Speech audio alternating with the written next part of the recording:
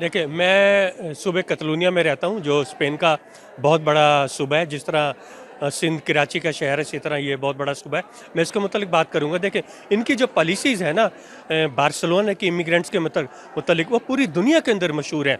Canada, America, France, German, बरतानिया से जो अथॉरिटीज़ हैं, उनकी म्यूनसिपल कमेटी की, वो इधर आके जो इनके प्रोजेक्ट हैं इमिग्रेंट्स के मुतालिक, वो इनसे लेके जाते हैं कि हम भी वहाँ इसी तरह अप्लाई करेंगे।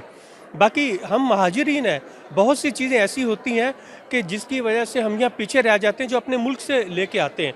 लेकिन मेरे नज़दीक ये जो लोग हैं, ये इसके अंदर कोई कमी पेशी नहीं रखते कि हम बिल्कुल बराबर इनके साथ तरक्की करें। हमें वही हकूक़ दिए जाते हैं जो इनके हकूक़ हैं। और बाकी ये जो आज सेलिब्रेट जो किया गया है, ये इमिग्रेशन की जो कौंसल म्यूनसिपल कमेटी है, उसका ये 11वां इनाम दिया गया है। और ये जो साल है, युंतामेंतो ने रखा है, जो बड़े उम्र के महाजिरीन हैं, जो 65 साल से ऊपर हो गए महाजिरीन, उनके लिए यानी कि फैसिलिटी ज़्यादा की जाए, उन्हें उनके ऊपर ज़्यादा तवज्जो दी जाए।